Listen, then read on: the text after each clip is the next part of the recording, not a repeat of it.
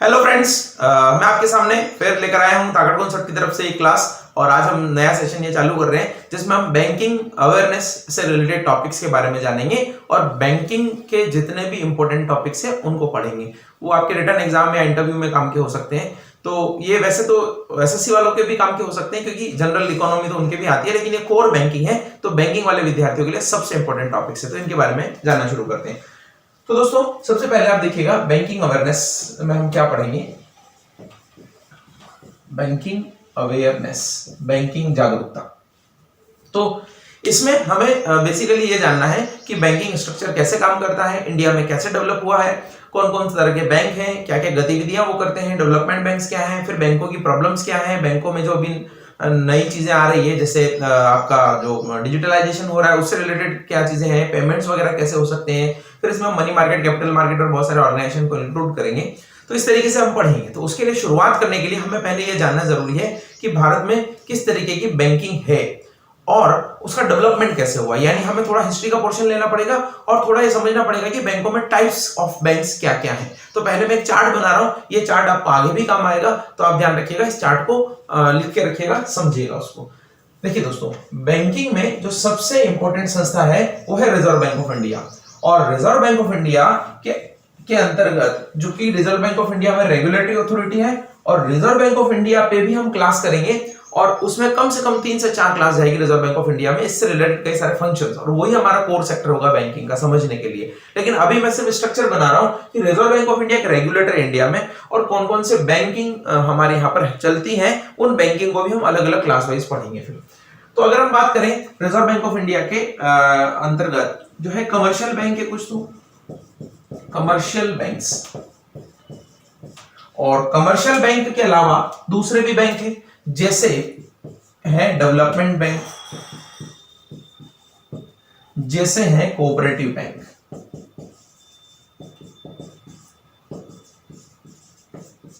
तो दोस्तों, ये अलग अलग तरह के बैंक हैं। कमर्शियल बैंकों को हिंदी में बोला जाता है वाणिज्यिक बैंक,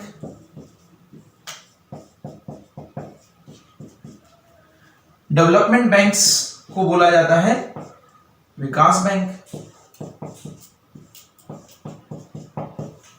और कोऑपरेटिव बैंकों को बोला जाता है सहकारी बैंक। अब ये सहकारी बैंकिंग सिस्टम है, इसमें भी कई सारे बैंक हैं। इसमें कई सारे बैंक का मतलब है कि आप चाहे वो अर्बन कोऑपरेटिव बैंक्स को ले लीजिए, आप चाहे तो सेंट्रल कोऑपरेटिव बैंक्स को ले लीजिए, आप चाहे एपेक्स बैंक को ले लीजिए, आप चाहे तो प्राइमरी सोसाइटीज को ले लीजिए। ये कई सारे इसमें हैं प्राइमरी सोसाइटीज। तो इसके बारे में हम डिटेल से अध्ययन करेंगे आगे, अभी मैंने सिर्फ टाइप बताया है। इसमें भी आपका नाबार्ड आ जाएगा, है ना, national bank for agriculture and rural development, NABARD है, सिडबी है, एनएचबी है ना, एक्सिम बैंक है। इनके बारे में एक एक करके थोड़ा थोड़ा देखेंगे। इनके हेडक्वार्टर्स पूछे जा सकते हैं आपको, कई बार एस्टेब्लिशमेंट पूछा जा सकता है, वर्किंग क्या है इंटरव्यू में पूछा जा सकता है। इंटरव्यू का सबसे कॉमन क्वेश्चन होता है नाबार्ड क्या काम करता है, सिडबी क्या काम करता है, एमएसएमई के बारे में भी जानेंगे। और ये वाणिज्यिक बैंक जो है इसमें भी देखिए अलग अलग क्लासिफिकेशन है हमारे पास में। इसमें कुछ बैंक तो हैं जिनको आप बोलते हैं public sector bank, public sector. कुछ बैंक हैं जो जिनको आप बोलते हैं प्राइवेट सेक्टर बैंक। ठीक है, प्राइवेट सेक्टर में भी 2 तरह के बैंक हैं। प्राइवेट सेक्टर में एक तरह के बैंक तो है कि इंडियन है, भारतीय है, भारतीय प्राइवेट सेक्टर है। एक तरह के बैंक है फॉरेन। ठीक है, और पब्लिक सेक्टर में भी अलग अलग तरह के बैंक हैं। पब्लिक सेक्टर में आरआरबीज हैं, पब्लिक सेक्टर में ही आपके एसबीआई है, और पब्लिक सेक्टर में ही नेशनलाइज्ड बैंक है, यानी इनको हम बोलते हैं राष्ट्रीयकृत बैंक, राष्ट्रीयकृत बैंक। तो इन सब के बारे में हम जानेंगे। ये एक बेसिक स्ट्रक्चर है जिसके बारे में आपको ये पता लगेगा कि किस बैंक किस कैटेगरी में आता है, उनका कैसे डेवलपमेंट हुआ। तो एक एक करके हम इनको जानेंगे। और ये पब्लिक सेक्टर बैंक का इवोल्यूशन कैसे हुआ, ये नेशनलाइज्ड बैंक कैसे आए, नेशनलाइजेशन क्या होता है, किन किन बैंकों का कब कब नेशनलाइजेशन हुआ। अभी इसमें सबसे ज्यादा ट्रेमेंडस चेंज आए हैं। ट्रेमेंडस चेंज आने का मतलब है कि अभी कई सारे बैंकों का मर्जर हो गया है और पहले जो 20 और फिर 19 और फिर 12 बैंक ही रह गए नेशनलाइज्ड बैंक, तो धीरे धीरे मर्ज होते जा रहे हैं। स्टेट बैंक ऑफ इंडिया में भी एसोसिएट्स थे उसके कई सारे, महिला बैंक था वो इसमें मर्ज हो गया, एक हमारा आईडीबीआई का प्राइवेटाइजेशन हो गया। तो इन सब के बारे में थोड़ी थोड़ी बातें करेंगे ताकि आपको एक बेसिक समझ बन पाए और आपके एग्जाम से रिलेटेड तो आपका रिक्वायरमेंट पूरा हो ही। इंटरव्यू मुझे लगता है कि सबसे इंपॉर्टेंट होता है बैंक पीओ के लिए, जो आपका एसओ है या उनके लिए। तो ग्रुप डिस्कशन में इंटरव्यू में इनसे रिलेटेड टॉपिक्स आ सकते हैं, जैसे अभी एक मर्जर का टॉपिक है तो मैं अलग से हमारा जो मुद्दे वाला सेशन चल रहा है कि उसमें कौन कौन से इंपॉर्टेंट मुद्दे हैं उस पर मैं एक एनपी और एक मर्जर पर भी अलग से वीडियो बना दूंगा ताकि आपको पता लग पाए, बट उसमें डिटेल वही डिस्कशन करेंगे। लेकिन यहां पर हम बात कर रहे हैं इन सब के बारे में। तो एक बेसिक स्ट्रक्चर है। रूरल बैंक के बारे में भी आप जानते हैं कि गांव में जो आरआरबीज होते हैं वो वहां पर काम करते हैं हमारा फाइनेंशियल इंक्लूजन वगैरह का, और ये सारी चीजें हैं। तो अब कमर्शियल बैंक और इन सब के बारे में जानेंगे, लेकिन इससे पहले हमें ये देखना पड़ेगा कि इन बैंकों में से कौन कब बना है, थोड़ा इतिहास देखना पड़ेगा, भारत में बैंकिंग का डेवलपमेंट देखना पड़ेगा। तो चलिए दोस्तों शुरू करते हैं। ये चार्ट आप स्क्रीनशॉट लेकर रख लीजिएगा, आगे काम आने वाला है। इससे रिलेटेड हम एक एक चीजों को देखेंगे और जब इनको देखेंगे फिर इसके बाद हम आरबीआई के बारे में भी पूरी तरीके से बात करेंगे। ठीक है दोस्तों,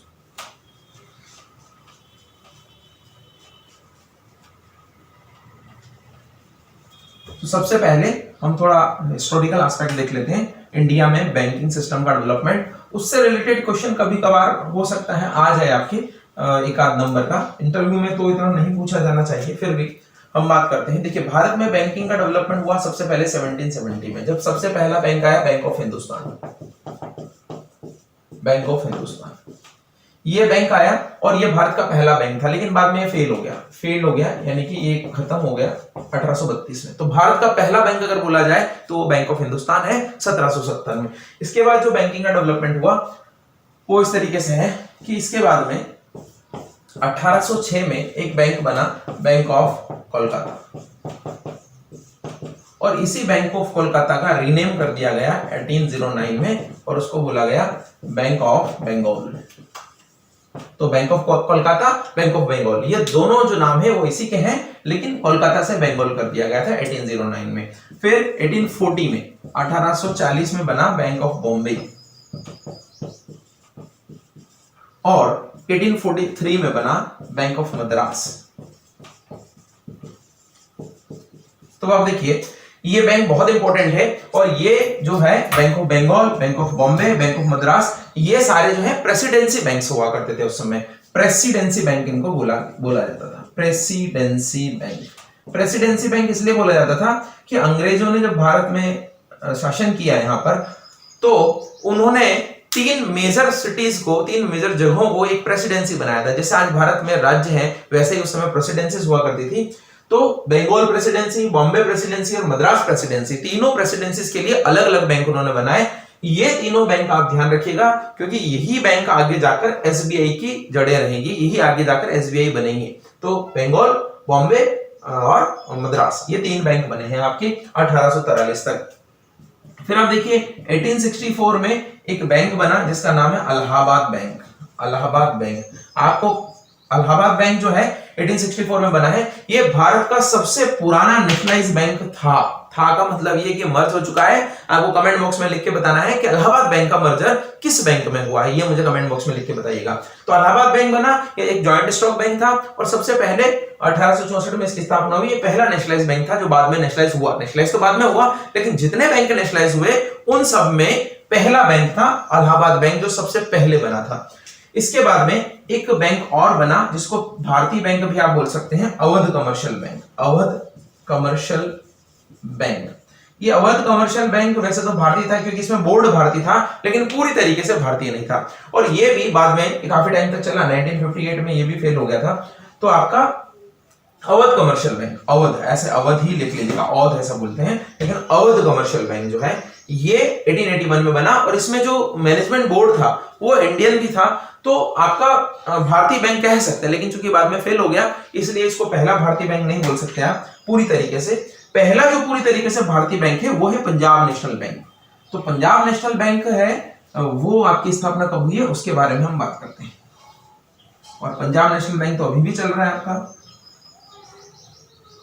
तो पंजाब नेशनल बैंक है 1894 में पंजाब नेशनल बैंक। और पंजाब नेशनल बैंक जो बना ये भारत का पहला भारतीय बैंक था। पहला भारतीय बैंक का मतलब है कि इसमें मैनेजमेंट से लेकर कैपिटल भी भारतीय थी, मैनेजमेंट कैपिटल सब भारतीय था। और इसके स्थापनाकारों में एक हमारे फ्रीडम फाइटर हैं, उनका नाम है, आप मुझे कमेंट बॉक्स में लिख के बताइएगा कि पंजाब नेशनल बैंक में एक ऐसे व्यक्ति जिन्होंने आजादी की लड़ाई में भाग लिया और भारत में वो गरम दल के नेता भी थे, और उनको आपको पता होगा उनकी मौत जो है साइमन कमीशन के दौरान लाठियां पड़ने से हुई थी। तो आप मुझे बताइएगा कि वो कौन थे। ठीक है, पहला भारतीय बैंक।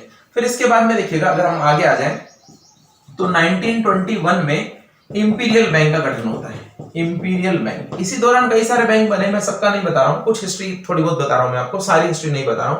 इंपीरियल बैंक का गठन होता है, और इंपीरियल बैंक जो है उन्हीं प्रेसिडेंसी बैंक से बनाया गया था, जिसको मैंने आपको बताया था कि प्रेसिडेंसी बैंक्स, 3 प्रेसिडेंसी बैंक मैंने आपको बताए थे।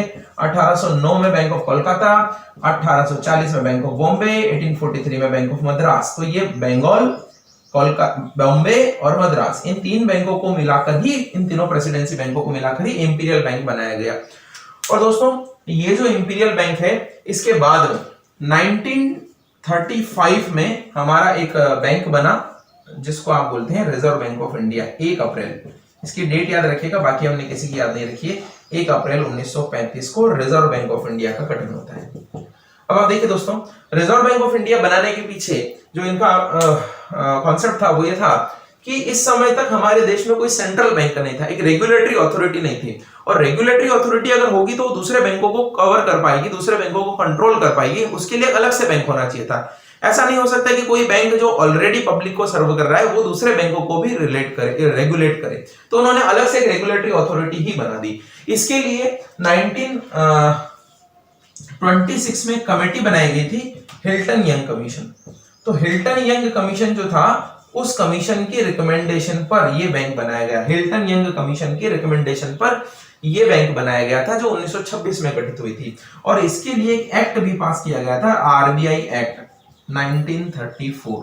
तो आप चीजें देखिएगा, 2-3 है यहाँ पर। एक तो reserve bank of India act तो 34 है, लेकिन इसकी स्थापना 1935 1 अप्रैल को हुई है। इसके लिए हिल्टन यंग कमीशन बनाया गया था, उसके रिकमेंडेशन पर इसकी स्थापना हुई थी कि भारत के लिए एक सेंट्रल बैंक बनाया जाए। तो इस तरीके से रिजर्व बैंक ऑफ इंडिया की स्थापना हुई है।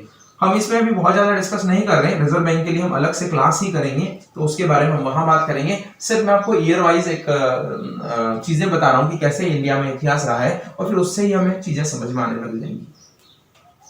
इसके बाद 1 जनवरी 1949 को आरबीआई वाज नेशनलाइज। जैसे हमारा देश आजाद हुआ, हमने आरबीआई का राष्ट्रीयकरण कर दिया। राष्ट्रीयकरण, इसको बोलते हैं राष्ट्रीयकरण। आरबीआई का राष्ट्रीयकरण कर दिया, तो 1 जनवरी 1949 की डेट आप याद रखिएगा। इसके बाद में 1 जुलाई 1955 को स्टेट बैंक ऑफ इंडिया का गठन होता है, स्टेट बैंक ऑफ इंडिया। और ये स्टेट बैंक ऑफ इंडिया जो है किससे बना था? इंपीरियल बैंक से। तो आप देखिएगा दोस्तों कि सबसे पहले आपका कौन से बैंक बने? प्रेसिडेंसी बैंक्स बने, और फिर प्रेसिडेंसी बैंक्स के बाद में उनको मिलाकर 1921 में इंपीरियल बैंक बना दिया गया। और फिर इंपीरियल बैंक को भी 1955 में किसमें कन्वर्ट कर दिया गया? एसबीआई में कन्वर्ट कर दिया गया, स्टेट बैंक ऑफ इंडिया में कन्वर्ट कर दिया गया। 1959 में इसके साथ में 8 एसोसिएट्स भी जोड़े गए। एसोसिएट्स का मतलब होता है सहयोगी बैंक। एसोसिएट्स का मतलब होता है सहयोगी बैंक। इसके सहयोगी बैंक है 8, state bank of Bikaner, state bank of Jaipur, state bank of Travancore, state bank of Patiala, state bank of Saurashtra, Indore, ये सारे थे। लेकिन अब इनका कहानी से कोई मतलब नहीं, क्योंकि इनका मर्जर हो चुका है, इसलिए नाम याद रखने की जरूरत नहीं है, मैं लिख भी नहीं रहा हूं। 1959 में ही अलग अलग जगह से स्टेट बैंक ऑफ इंडिया के सहयोगी बैंकों के रूप में इनको बनाया गया था। अब जो सबसे बड़ा चेंजेस हमारी बैंकिंग इंडस्ट्री में आता है, और उसके लिए पूर्व प्रधानमंत्री श्रीमती इंदिरा गांधी जो है, उसके लिए उन्होंने एक बड़ा कदम उठाया, और बैंकों को जन जन तक पहुंचाने के लिए, बैंकिंग सर्विसेज को जन जन तक पहुंचाने के लिए, फाइनेंशियल इंक्लूजन को साकार करने के लिए उन्होंने एक बड़ा कदम उठाया। और 19 जुलाई 1969, ये डेट याद रखिएगा, क्योंकि बैंकों का इस दिन को राष्ट्रीयकरण दिवस भी मनाया जाता है। तो एक डेट तो मैंने आपको रिजर्व बैंक ऑफ इंडिया की बोली, 1 अप्रैल, एक डेट मैंने बोली 1 जनवरी, और एक डेट है 19 जुलाई 1969 को। इन्होंने क्या किया? 14 major bank were nationalised. 14 major banks were nationalised, यानी 14 बड़े बैंकों को नेशनलाइजेशन कर दिया गया। और ये 14 बड़े बैंक वो थे जिनके पास में डिपॉजिट 50 करोड़ था। यानी कैसे चुना जाएगी किस बैंकों का नेशनलाइजेशन करना है, तो उन्होंने चुना कि जिन बैंकों के पास में 50 करोड़ का डिपॉजिट है, यानी जो 50 करोड़ से नीचे वाले उनको छोड़ दीजिए, 50 करोड़ डिपॉजिट है उससे ऊपर है, उनको हम नेशनलाइज कर देते हैं। नेशनलाइजेशन करने का मतलब है कि 100% इक्विटी, 100% हिस्सेदारी, शेयर जो है सरकार का, इसको बोलते हैं नेशनलाइजेशन। कैसे? अगर मान लीजिए हमने इलाहाबाद बैंक का नेशनलाइजेशन किया और इलाहाबाद बैंक उस समय प्राइवेट बैंक था, तो इसके प्राइवेट बैंक के जो ओनर है उनको पैसा देकर 100% कैपिटल गवर्नमेंट इन्फ्यूज करे, 100% स्वामित्व गवर्नमेंट के पास हो जाए, उसी को नेशनलाइजेशन या राष्ट्रीयकरण बोलते हैं। तो ये 14 मेजर बैंकों का नेशनलाइजेशन हुआ 19 जुलाई 1959 को, और ये 19 जुलाई ही बैंकों के राष्ट्रीयकरण दिवस के रूप में मनाया जाता है। तो ये आधी से ज्यादा हमने देख ली चीजें, और आपको हिस्ट्री थोड़ा बोरिंग लग सकती है, लेकिन इससे हमें समझ में आता है कि सीक्वेंस क्या बना। पहले प्राइवेट बैंक्स बने, आरबीआई बना, एसबीआई बना, फिर इनका नेशनलाइजेशन हुआ, और नेशनलाइजेशन के बाद वापस इनका मर्जर हुआ इंडियन इकोनॉमी में। प्राइवेट बैंक्स भी अभी पिक्चर में आएंगे। एक बार और जो है इंदिरा गांधी के समय ही एक बड़ा डिसीजन और लिया गया, 15 अप्रैल 1980 को 6 major bank were nationalised, 6 major banks were nationalised. तो 6 बड़े बैंक भी नेशनलाइज किए गए, वापस से उनका राष्ट्रीयकरण किया गया। इस बार क्राइटेरिया रखा गया 200 करोड़, यानी 200 करोड़ जिसकी कैपिटल है उस बैंक का नेशनलाइजेशन, कैपिटल नहीं डिपॉजिट्स, 200 करोड़ डिपॉजिट जिस बैंक का है उस बैंक को नेशनलाइज कर दिया जाए। तो उसमें 6 बैंक आए थे उस क्राइटेरिया में, तो नेशनलाइज बैंकों की संख्या हो गई 20। 20 का मतलब ये कि 14 पहले वाले और 6 अभी वाले, लेकिन ये अभी 20 नहीं है, अभी ये 12 ही है। तो उसका भी हमें थोड़ा इतिहास देखना है कि कब कब ये चेंज हुआ, जिसमें सबसे पहला चेंज तो आया 1993 में। 1993 में एक नेशनलाइज बैंक था new bank of India, new bank of India, उसको उसकी खराब स्थिति के चलते पंजाब नेशनल बैंक में शिफ्ट कर दिया गया था। तो अभी जो हालात बन रहे हैं, कई सारे बैंकों की स्थिति अच्छी नहीं है, अभी मर्जर कर रहे हैं, ऐसा ये उस किस्म का पहला उदाहरण था उस समय। फर्स्ट एग्जांपल था कि किसी नेशनलाइज बैंक को किसी दूसरे नेशनलाइज बैंक में मर्ज कर दिया जाए। इसीलिए नेशनलाइज बैंकों की संख्या घटकर उस समय कितनी रह गई थी? 19। तो अभी तक 2017 तक ये 19 नेशनलाइज बैंक ही चले आ रहे थे। 2017 में फिर मर्जर चालू हुए और अभी इनकी संख्या हो गई है 12। तो वो भी मैं दोस्तों बताऊंगा, थोड़ा सीक्वेंस से चल रहे हैं इसलिए सीक्वेंस से चल लेते हैं। आप बस ध्यान रखिएगा कि पहली बार किसी नेशनलाइज बैंक को किसी दूसरे नेशनलाइज बैंक में मर्ज किया गया, वो बैंक था न्यू बैंक ऑफ इंडिया, और न्यू बैंक ऑफ इंडिया का मर्जर कर दिया गया पंजाब नेशनल बैंक में। तो ये पहला एक नेशनलाइज बैंक का नेशनलाइज बैंक से मर्जर था, और नेशनलाइज बैंकों की संख्या 20 से कम होकर कितनी रह गई थी उस समय? 19 रह गई थी। अब बात करते हैं 1991 की। तो 1991 का एरा भारतीय अर्थव्यवस्था के लिए एक बहुत बड़ा चीज थी। एलपीजी उस समय इंट्रोड्यूस हुआ था, इसको हम बोलते हैं liberalisation, privatisation and globalisation. Liberalisation, privatisation and globalisation, इसको बोलते हैं वैश्वीकरण, निजीकरण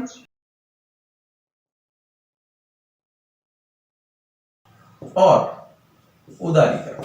तो ये इकोनॉमी की एक टर्म है, इसकी नीति अपनाई गई। 1991 में हमारे प्रधानमंत्री थे माननीय मनमोहन सिंह जी, और उस समय उस समय फाइनेंस मिनिस्टर थे मनमोहन सिंह जी, और उस समय जो प्राइम मिनिस्टर थे वो थे नरसिम्हा राव।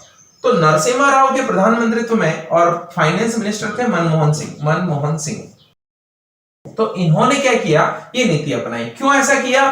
देखिए दोस्तों, मैंने आपको कल भी एक टॉपिक पढ़ाया था, मुद्दे में जाकर देखिएगा कि इंडिया में फॉरेन डायरेक्ट इन्वेस्टमेंट उस समय उतना नहीं होता था, क्योंकि इंडिया की इकोनॉमी पूरी क्लोज थी। हमने तो करंट अकाउंट पे भी रुपए की फुल कन्वर्टेबिलिटी नहीं रखी हुई थी। भारत से कुछ भी चीजें बाहर उतना नहीं एक्सपोर्ट हो पाती थी, इंडिया का इंपोर्ट बहुत ज्यादा था। कोई अगर इन्वेस्ट करता था इंडिया में तो उसकी कैपिटल को वापस निकालने के लिए रूल्स बड़े थे। इंडिया में जो यहाँ का बिजनेस है उस पर भी इंस्पेक्टर राज का था, हर चीज के लिए नियम, हर चीज के लिए लाइसेंस, तो बहुत सारी चीजें थी। आपने गुरु मूवी देखी होगी, वो उसमें वो कहते हैं डायलॉग उनका कि अब उठने के लिए भी लाइसेंस लेना पड़ेगा या उड़ जाऊं, यानी कि हर चीज के लिए लाइसेंस था। अभी तो हमने सिंगल विंडो सिस्टम चालू कर दिए, एक ही विंडो पे आपका सारा काम हो जाएगा। इवन कोई फॉरेन से इन्वेस्टर आएगा तो उसके लिए एक डेजिग्नेटेड आईएएस अधिकारी की नियुक्ति की जाती है ताकि वो उसको इजी वे में सारी चीजें करवा दे। तो अभी तो क्या बहुत इजी है, उस समय ये बहुत प्रॉब्लम चल रही थी, इंडिया की हालत बहुत बिगड़ी हुई थी, पैसा नहीं था इंपोर्ट करने के लिए, हमारे पास में आईएमएफ ने लोन देने से मना कर दिया था, डब्ल्यूटीओ ने बोला था कि आप अपनी इकोनॉमी खोल दीजिए। तो खोलने का मतलब है कि हमने इन चीजों को लागू किया, इसी से आपका एलपीजी वर्ड बना है, यानी लिबरलाइजेशन, प्राइवेटाइजेशन और ग्लोबलाइजेशन। उदारीकरण का मतलब है कि नियमों में ढील दे दी जाए, बहुत सिंपल में समझिएगा, बहुत ज्यादा इकोनॉमिकल लैंग्वेज नहीं बता रहा हूं।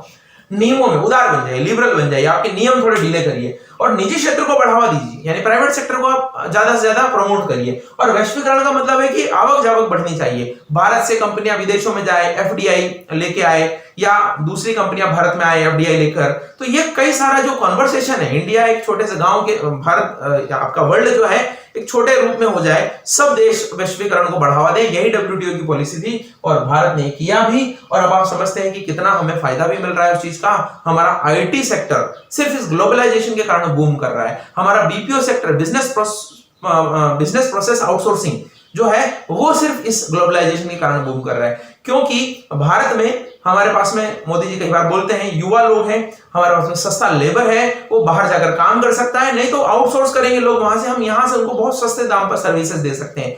हमारे यहाँ पे इतना जुगाड़ू दिमाग है कि हम किसी भी सॉफ्टवेयर की पायरेटेड कॉपी बना सकते हैं, उसको देखकर नया बना सकते हैं। सॉफ्टवेयर क्षेत्र में तो भारत का बहुत बड़ा नाम है।